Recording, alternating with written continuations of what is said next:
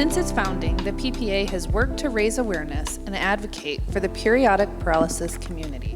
This year, we expanded that mission in a groundbreaking way by launching our very own legislative advocacy program. For the first time, periodic paralysis is being represented in Washington, D.C., and the impact has been extraordinary.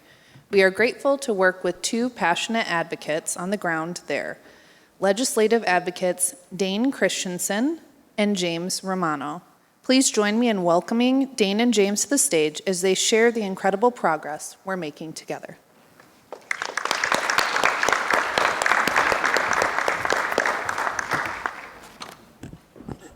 Good afternoon, everyone. Come on.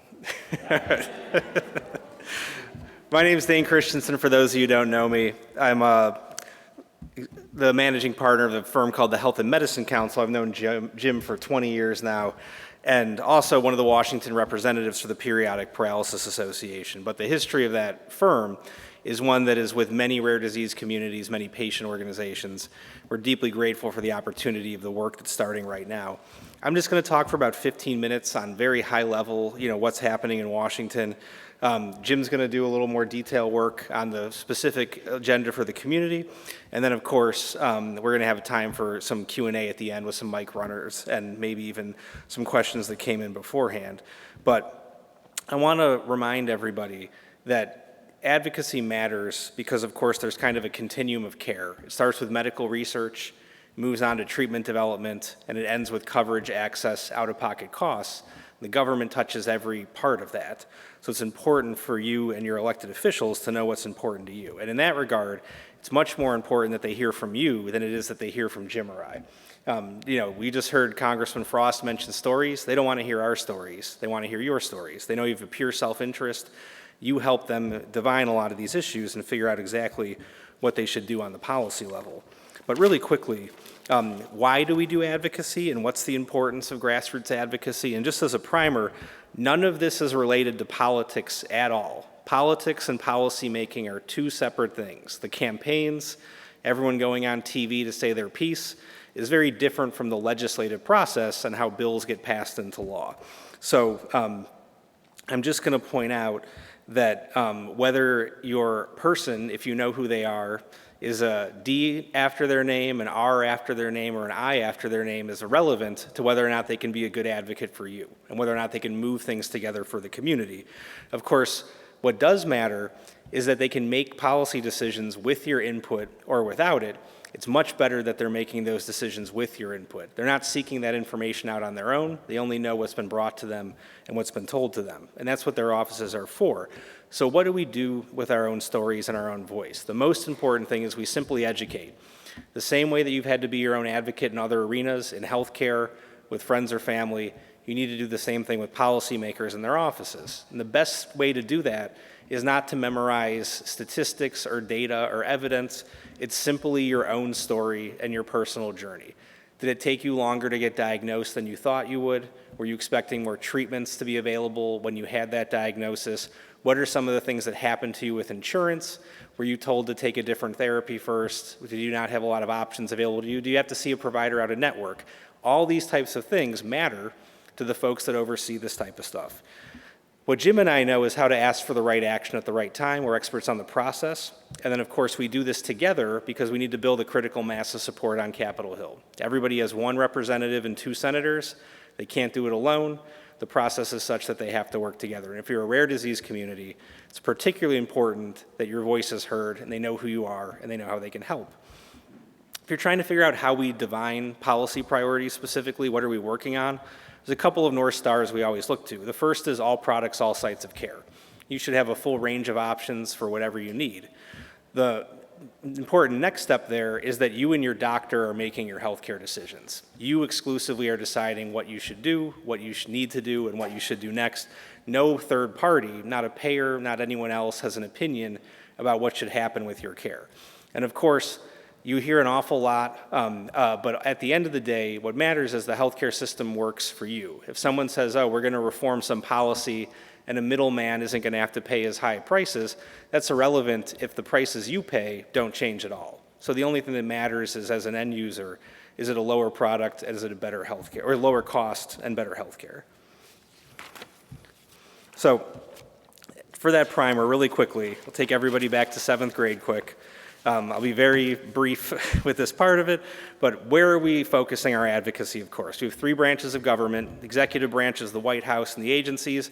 They're not set up to take input from you. You can protest, you can scream till you're blue in the face. It's not their role. They're there to simply enforce the law. The judicial branch is the courts, the Supreme Court, any other court. They're there to call balls and strikes. Is everyone staying in their lane? What does the Constitution say? They're even less interested in what public opinion is or your personal story. And then, of course, we have the legislative branch, which is Congress, your senators and representatives. They are the ones that are there to listen to you and to take your input and decide how to use that to make the healthcare system better. They create the laws, them and them alone. And they have a few key powers which make them very important. They have the power of the purse. Every year they decide how much money gets spent, where taxpayer money goes. Does it go to medical research? Does it go to the FBI? Does it go to the Department of Agriculture? That is exclusively the right of Congress to decide. They create policy. They pass laws. Medicare is a perfect example. If there's a new drug that gets developed or a new treatment or a home infusion, then literally there needs to be a law that exists to provide coverage for it. If it's not there, then Medicare is working off outdated information and doesn't have a coverage paradigm. So oftentimes innovation is moving forward faster than the government can catch up. And where they catch up is determined by where they're hearing from people that there are issues, gaps, challenges, or opportunities. And then, of course, they have oversight of federal agencies. Is the medical research money going to the right places? Are we doing the right things in public health? Are the right treatments getting approved? This is all the role of Congress. So what are those federal healthcare agencies? And this is part of that key continuum of care. It all starts with medical research. The National Institutes of Health is the world's foremost biomedical research enterprise. It's funded at about $46 billion with a B dollars annually. That money does not stay in the government, though, or in Washington, D.C. It goes out to academic health centers across the country. Northwestern, USF, Texas Tech are all competing for that money. The best ideas get funded. The more money there is for research, the more funding is going to those scientists. The less money there is for research, the fewer projects are getting funded. If you're a huge condition like breast cancer that has an $800 million research portfolio, the changes can be a little bit de minimis. If you're a smaller rare disease community with a few $1 million, those changes can be quite dramatic. The best way to ensure your slice of the pie gets bigger is to make sure that the pie overall gets bigger. They don't earmark money on severity or prevalence, and they're not going to take money from a different condition to give it somewhere else. So if there are funding increases, those increases can be secured for new opportunities. The Food and Drug Administration doesn't develop drugs. Companies take those breakthroughs at NIH and they commercialize them into therapies. The FDA then decides, are these products safe and effective? And that safe and effective scale changes. If you have something called a breakthrough therapy, let's say there's no therapy that exists, that risk profile can be a little different. But after you have 4 or 5 therapies, it changes. What's risk and benefit become different things when others are available. So it's very important that the FDA and Congress understand there's a need for constant innovation. They can't just say good enough because 1 or 2 medications have come to market. There's still other issues to solve, usually side effects, usually underlying problems that haven't been resolved.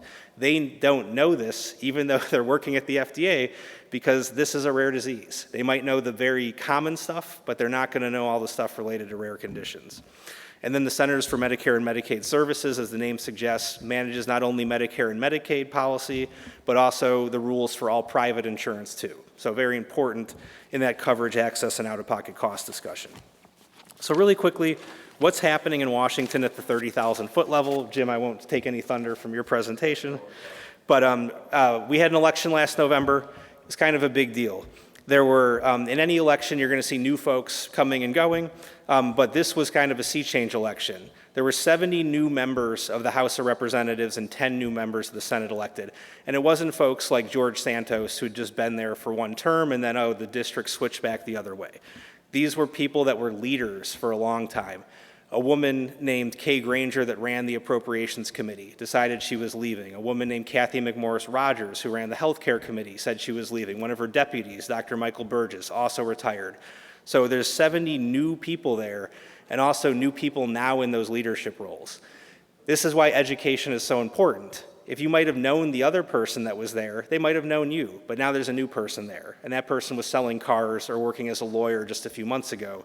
Is there any belief that they know the community at all? So education consistently. They're working on a couple things, budget reconciliation first, then now the spending process, and then healthcare legislation. Of course, any bill that didn't make it over the goal line last year gets reintroduced now. And they just had a bill called the Safe Step Act reintroduced, was H.R. 5504. That means it was the 5,504th bill introduced. They're not going to be able to work on all of them. They're only going to work on the ones that are the most popular and the most broadly supported. And you have to make sure they know this is middle of the road, common sense stuff. The reason that they debate things over and over again is the things that are divisive never get done. The process is such that it only matters if everyone thinks this is a good idea, it's non-controversial, and Congress still does that work all the time. For everything you hear about in the news that's not happening, there's 10 other bills that are going through that got no attention whatsoever. The House just moved a bill forward called the Multi-Cancer Early Detection Coverage Act. It's a Republican-controlled House. This is a Democrat-written bill. Everybody thinks it's a good idea, so they marked it up and approved it unanimously, but I guarantee there wasn't one headline written about it. But the process still very much works when you need it to. Of course, we also have an interesting situation with the White House of the administration. Donald Trump is the first president since Grover Cleveland to serve 2 non-consecutive terms. So we already know a little bit about the administration because we knew it from the Trump 45 administration. And the thing there is they work a lot with executive orders, but executive orders are not created equal. They're a great PR tool, but they have very little impact on a policy level. If you say things like we're going to end the Department of Education, there's a key phrase in there that says to the extent allowable by law. Well, to the extent allowable by law means that Congress has to pass a bill that says we're disbanding the Department of Education. The fact that the White House said so means almost nothing. Remember, in that process, it is your senators and your representatives that end up making all of these policy decisions. So whether it's the Department of Education or research funding or anything else, the process always goes through Capitol Hill and your elected officials. If you are interested at all in anything that has to do with these executive orders that have been coming out, the Congressional Black Caucus Foundation has an executive order tracker. Very easy to look it up and find the status of any of them. What was approved, what was thrown out in court, what's now the law, because I know a lot of stuff makes headlines and then you never hear about it again. But if you want to figure out where it's at, great resource. The Association of American Medical Colleges also has a really good resource on grants that were terminated. I want to put this in context though. There's $46 billion in medical research funding each year. The amount of funding that was quote unquote canceled was $750 million. So of course, an important story, but a drop in the bucket compared to the other billions of dollars of research that had no disruption to it whatsoever. But if you want to check out anything that was terminated or redone, there's a resource for that as well. In terms of budget reconciliation, this is something you'll hear about a lot. This is the Big Beautiful Bill Act. What does it do? There's a couple of things that were important. It fixed Medicare physician reimbursement, so doctors don't get paid less for seeing Medicare beneficiaries, an important thing to do. It also changed Medicaid benefits to make them harder to access. This is usually for expansion states or people that are between 100 and 138% of the federal poverty level. So those will become more complicated moving forward. And also, this is a 10-year bill. So almost none of this is ever phased in immediately. It's phased in subsequent years. So Congress has time to address some of these other issues as well. There's a couple things that popped up that almost got over the goal line. One was a bill called the Kids Access to Care Act, which said if you need to see a specialist across state lines in Medicaid or CHIP, it's going to be much easier to do that. And another one was called the Orphan Cures Act to reauthorize something called the Pediatric Priority Review Voucher Program at the FDA. This is a rare disease drug development program. Almost passed. They didn't end up in the final bill, but now Congress is working to pass those through regular order. And then some of you might know there's been a big fight over something called Most Favored Nation drug pricing.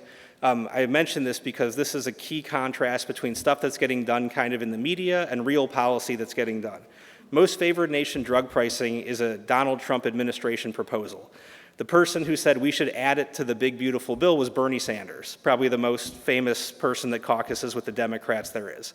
Every Republican voted against the bill, every Democrat voted for it, and the point that Bernie Sanders was trying to make was this policy is not ready for prime time.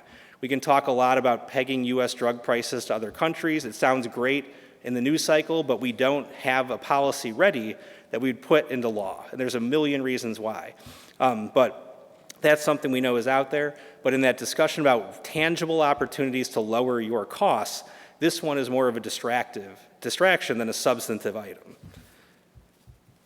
And really quickly, there's an old expression, the White House proposes, Congress disposes. Once again, your members decide all of these things. The administration put out a budget request. Last time around, the 45 term, they said cut medical research funding by 20%. This time they said cut it by 40%. Congress has never done this once. Last time they increased medical research funding, they didn't cut it. And this time around, they're poised to do the same thing. So even though it's a Republican White House and a Republican Congress, remember, when these offices are writing these spending bills, it's you that they're listening to. They're not that interested in what the White House is telling them they have to do. They're interested in what their constituents are telling them they have to do. And if that's more money for medical research, if that's more money for patient care, that's what the bills are going to look like. So the Senate bill has a $400 million increase for medical research. The House bill has a $100 million increase for medical research. They both level fund the VA research programs, so they increase funding for the Department of Defense research programs. And they provide $100 million in new money for all these MAHA activities. So this is because Congress listens to their constituents, and nobody has come to them and said, you know what, less money for medical research makes sense. So when they're writing these bills, they're relying on this input. It's important to keep that message going, but it's also important to say, and we could use more of that money as well. It's important to increase it, but remember, we don't have an $800 million research portfolio right now, so how about a little bit of attention for our community? Your members of Congress will respond in kind, no matter if they're a Democrat, a Republican, or an independent. And this is something coming out of the administration recently. This is a big opportunity. It's called the Rare Disease Clinical Research Network Consortia. These are large grants. We always say it takes two things to build a research portfolio. One is really good advocacy, and the other thing is really good scientists that can write those grant proposals. I know we can have really good advocacy. It seems like from this conference we have some pretty good scientists who could write those proposals as well. This is just one example of an opportunity they can capitalize on. And then in that bigger picture, what are they working on? Well, right now they have to reopen the federal government. And then once they do that, they have to figure out all that final funding. Are they giving research $100 million or $400 million or a different amount in the final bill? They're trying to resolve this issue of premium tax credits so that nobody's health care in the exchange goes up dramatically next year. They want to try to provide money for this new MAHA agenda, particularly pediatric research and opportunities. They want to reauthorize the NIH. They want to reauthorize the CDC. They want to do a bill called Cures 2.1 that bridges that gap more quickly from research being done at NIH over to products that are approved, licensed, and coded at CMS so people can use them. They want to reform something called PBMs, or pharmacy benefit managers, to lower healthcare costs. And they want to reform something called the 340B drug discount program. How they do that is up in the air, but these are all trains leaving the station. There'll be opportunities to work within that on specific issues. And that's probably a good time to hand it over to Jim on what those specific issues might be. Thank you.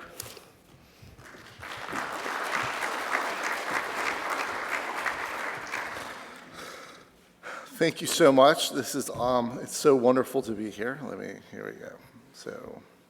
So I'm going to talk to you about some advocacy also from my perspective, and where the agenda of the association is going to be. Which is awesome. I always start with my favorite quote from the American president: "In America, it is not only our right to question our leaders, it is our responsibility." Michael J. Fox. It always kind of breaks my heart to see his picture like that because of how sick he is right now from Parkinson's disease. But I think this is a great quote because the other day I was with my children. They're taking civics, my 7th graders, and they had to disseminate the First Amendment, and I was listening to them, and my favorite part of it was this. My one daughter, Erica, says, "Well, what's the right to petition?" And I felt like starting to hit my head on the table because I said, well, that's what Daddy does all day, is the right to petition. And they go, well, what does that mean? I said, so I go to Congress and state legislatures and ask them to do things on behalf of groups, especially rare disease groups. And when my daughter took her test and they asked her, she had to write out what the right to petitioning was, she wrote out what my daddy does. That was a fun one when the teacher contacted my wife and said, what was she talking about? But seriously, and I say this, I started in this industry about 30 years ago, 30 years this year. I was always interested in politics and government growing up.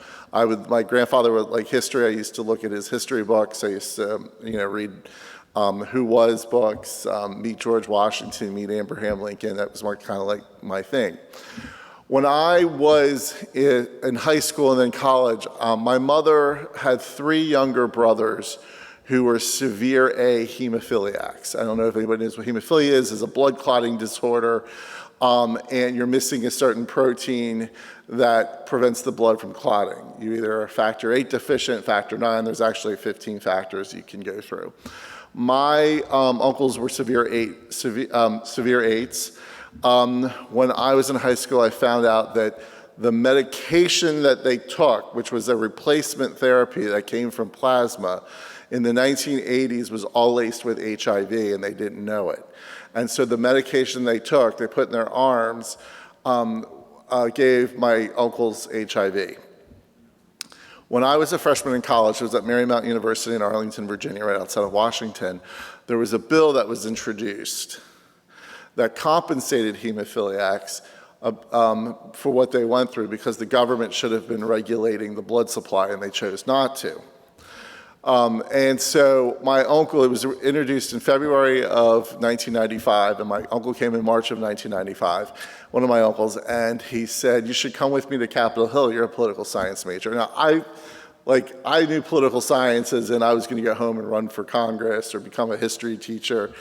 And instead I went with him that morning. Now I thought I was just gonna get a free lunch and free dinner, But he goes, do you have a coat? No, I don't have a coat. I don't have a jacket. Do you have a tie? I don't have a tie. So he brings me a tie and a jacket, and I go with him. And from that first meeting, I was bit by the bug that I wanted to do this for literally the rest of my life. So, and my parents love it. I used to tell this story. I would skip class once a week, and I would go up and I would make my own meetings, and I would ask congressional offices to please co-sponsor this bill that would give some kind of degree of justice to what my uncles went through. And there were about 10,000 hemophiliacs who were infected. That bill passed in 1998, and it was fully funded in 2000. But why I say that is I got involved with advocacy, and if I can do it as a 19-year-old college student, you can do it. And there's some steps that you need to know. One, as Dane said, you have 2 senators and you have a congressman. You also have a state senator and a state representative on the state level. I always tell people that you should know who your congressman, your state rep, and your state senator are, and they should know who you are. Funny story, when I wanted to meet my congressman, and this goes to a lot of what Dane has said. Dane's one of the smartest people on Capitol Hill. In fact, Dane always says, if you're not at the table, you're on the menu. And that's very important to be in the game. So I like that picture of us. But why I'm saying that is, it's very important that Dane told you, almost $50 billion of your money is going to medical research. The only way the primary periodic paralysis community is going to see any of that is that if you contacting your members of Congress. And Sienna's come up to Capitol Hill, and we've done meetings, and we've started the process of building relationships. But it has to be more than 2 people. It has to be everybody in this room. So, and Dane made a great point. It has nothing to do with politics. So there I am in 1995. I worked the polls for the opponent of my congressman, and I had to go ask him, I wanted to go ask him to co-sponsor this bill that affected my family. I didn't like the guy. I worked against him 2 straight elections. He lost the first one, won the second one. I was going to go ask him, and then I was going to go complain when he didn't do what I wanted. So I made the appointment. But guess what? It was Friday of Memorial Day weekend, and it happened to be the day of my girlfriend's prom.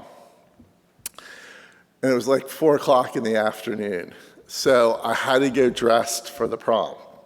So I walk into his office wearing tails. Not just a tux. Liz wanted me to wear tails. And if you've ever worked on Capitol Hill and we're going to go meet a congressman or show up to have a meeting with a congressman, 9 times out of 10, they're late. You have to be early, but they're usually late. So of course he was late that day. It's the Friday Memorial Day weekend. So let's just say I was late to pictures, which my girlfriend's mother was very angry about. She never liked me, so that was kind of funny. So there I was in the thing with Congressman Fox, and I said, my name's Jim Romano, I'm here, I talk about the bill with him. He was more interested in talking about the prom. But he picked up the phone as I was sitting there, called Porter Goss's office, who is the sponsor, and said, this is John Fox, I want you to add me to the co-sponsor list. Right then and there. He said, while I was sitting there. 1, blew my mind on expectations. I thought he was gonna laugh at me and threw me out. 2, he looked at me and said, I'm gonna do everything you possibly do to get your bill passed for you because I feel very sad at what's happened to your family. And 3, he goes, if you need anything else, just give me a call. So when the bill passed in 1998, Congressman Fox came and spoke at the press conference afterwards. It was him, Newt Gingrich, Nancy Pelosi. But my point is, don't go in with preconceived notions because they're there to serve you, as Dane said, and they want to. 9 times out of 10, they want to. And it's just building the relationship and them getting to know you and hearing your story. And so I just wanted to emphasize that because it's actually very important. Everybody here has a role to play. Everyone here is going to build that relationship with their congressman. I know a lot of people go, I hate politics. We're talking about improving the lives of your fellow community members. And that's what we're working towards. So, what is our legislative agenda? Like Dane and I always talk about, we had to put a legislative agenda together, It's funny because I worked at the firm that Dane owns right now, and Dane was my intern. So isn't it great with people who are smarter than you, like you work with early on, and we've been best friends for many years. We worked really well together.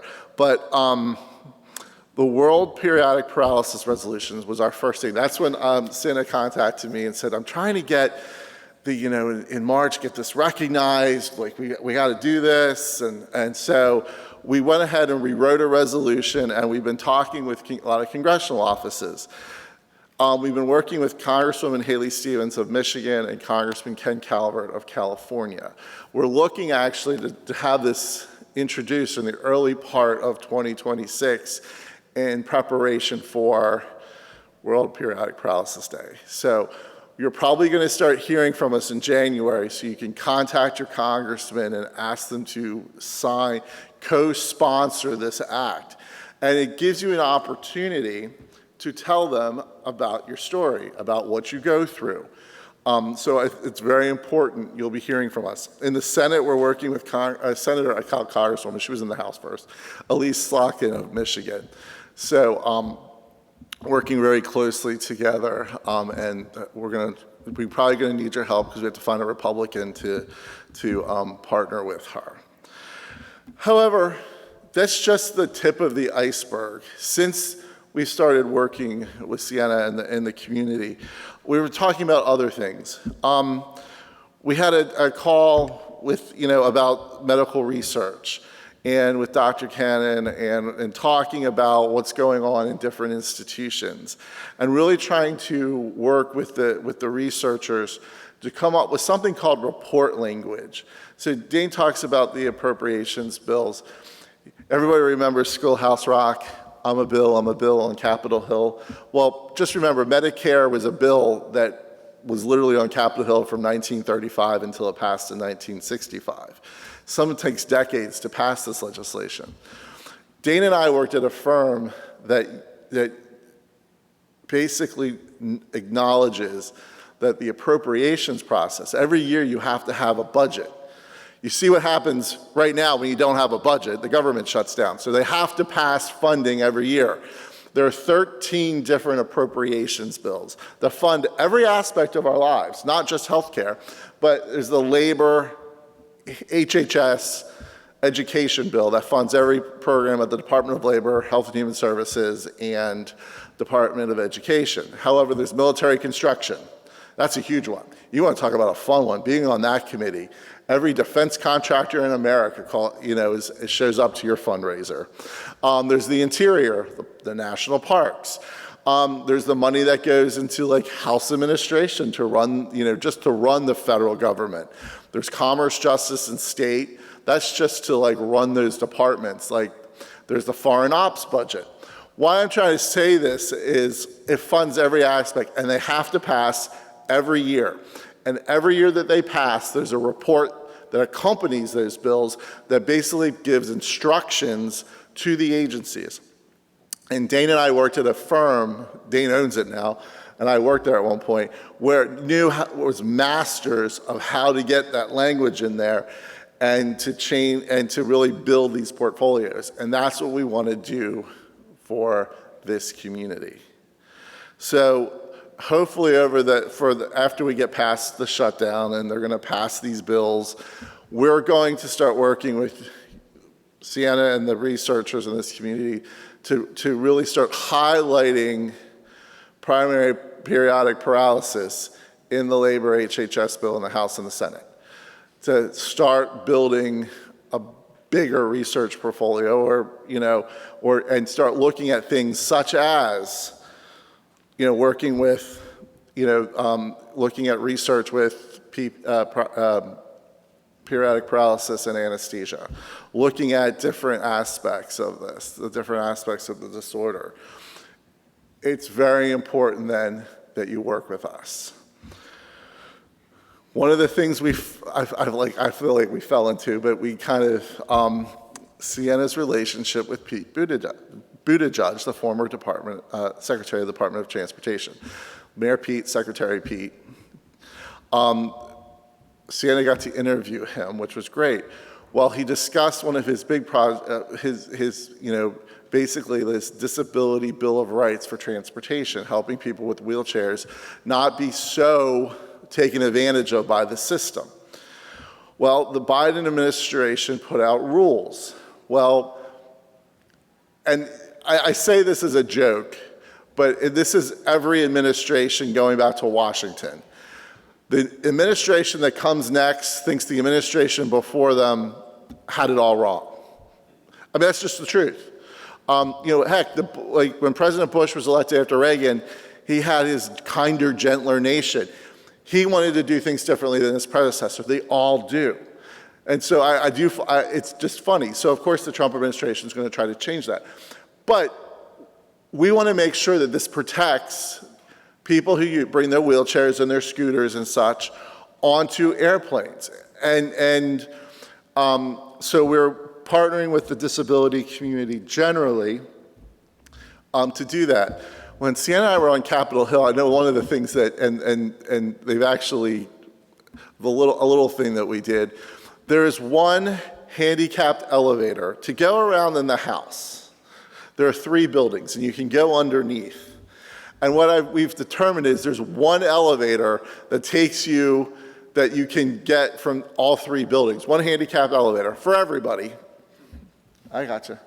And so that's, so we complained, and people actually contacted House administration and starting the process of we need to have more handicapped elevators in these buildings. So it's the voice of one person can do so much.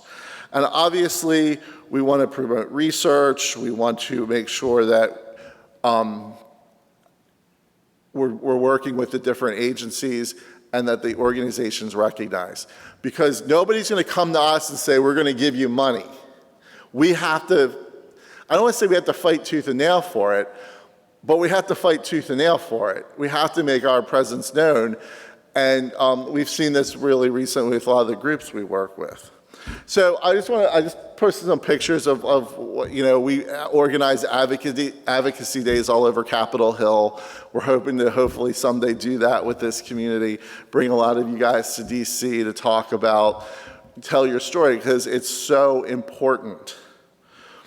I can tell it, Dane can tell it, but they're going to listen to you. And it's very important. So if you said, oh, I don't want to be involved in politics, or I'm afraid of what I'm going to say, unless you yell and scream and call them terrible and curse at them, generally speaking, they're going to listen to you. You just have to be polite. So with that said, Dane and I are going to answer any questions that you have, on policy or politics. So, so if you have any questions for us, please let us know. So what is this, as a patient, what do we do next? Are you guys going to put together like a sign-up list, or to actually, to gather people to actually go to DC, or what's the next step? So I think it's important that if you're interested in participating, you contact Sienna, and then we'll probably start working on virtual meetings to try to get, because it's hard to get a lot of people to DC, and we want to start doing these things. So probably we'll do a lot of virtual in the last part of this year, and then of course, as always, comes to funding. If somebody wants to fund a DC day, we can work with the manufacturers. They all have advocacy budgets, and we could go from there. But I would contact, I don't know, Sienna, if it's possible to put everybody's name on from the conference together, and we could reach out and see. Yeah, there's going to be multiple opportunities to get involved, and everyone can decide their own level of comfort. You can send an email to a congressional office very easily. Jim and I can help with that. You can do a virtual meeting. And of course, there'll be time-sensitive issues. When they do reopen the government, they're going to have to settle final funding. That final funding is going to influence things like the National Institute of Neurological Disorder and Stroke and their budget. It's going to influence the National Center for Advancing Translational Sciences, which houses the Office of Rare Disease Research, and then the work they can do. So there's going to be plenty of opportunities in the fall, but then even looking into next year, when you have something like Rare Disease Week at the end of February, both the NIH and the Food and Drug Administration are going to be hosting their own events. There'll be chances to participate then too, along with policymakers. Of course, awareness months and everything else as well. But I do know we had a couple other questions in limited time. Yeah, other questions in the room? I think the questions that are coming in, questions that are coming in here have to do with, getting involved with your congressmen and senators, and hard to contact them. Should people be doing that on their own, or should it all go through a united effort? We'll be all going through a united effort. So once we have, here's a great example. Once we have the introduction of the resolution, looking at the date in March for World Periodic Paralysis Day, we'll send out we'll send out a press release. We'll send out an announcement to the community with next steps, such as contacting. We'll probably have a list together of important members. That's why if you're interested now, we'll get with Sienna, and we can and then we can find out who your congressman is. I can look it up really quickly with your zip code and your address, and then we'll have written documents and then an email for you to send it to. I'm telling you now, please do. If you think, I'm just going to go online, I'm going to click on my congressman's email, don't do that. Don't. We want you to contact the health aide, in which we'll have that information. Contacting the congressman's email address, unless you have his personal one because you're best friends, it goes into a large, vacuous pool that they'll never find again. If you've done it before, you know the response you get, which comes from an intern that says, "Thank you very much for reaching out. We agree with everything you said. Have a nice day." Right. No, but when you send it to the health aide, they are the ones who then go to the boss and say, "This is what we recommend you do," because we're hearing specific action. Co-sponsor a bill, support a funding level, and for this community, not just in general. Right. Yes, ma'am. Actually, that kind of leads into my next question. I was kind of wondering about general contacting your congressperson, because I have tried to contact my congressperson before. And yeah, they are kind of slippery because they don't do any in-person stuff. They don't really interact with their constituents at all. So, but you said that for this at least you'll have like an actual person to Yeah. contact. So I worked for a member of Congress for 4 years. Dane hasn't had that luck. He didn't get to do that. He was lucky that way. I was actually the health aide and the scheduler for a member of Congress from Georgia for 4 years. Usually most congressional House staffs are about 10 to 12 people plus interns. So each congressperson has a scheduler who keeps their member schedule. You have to send your request to meet with the member of Congress to the scheduler. If you're going to be in DC, certain dates, they'll try to make it happen. About 50%, at some point, they'll meet with you at some point. There's a district scheduler also, so that helps. And we can tell you who the person who is the scheduler. If you contact anybody else, they're not going to help you schedule the meeting.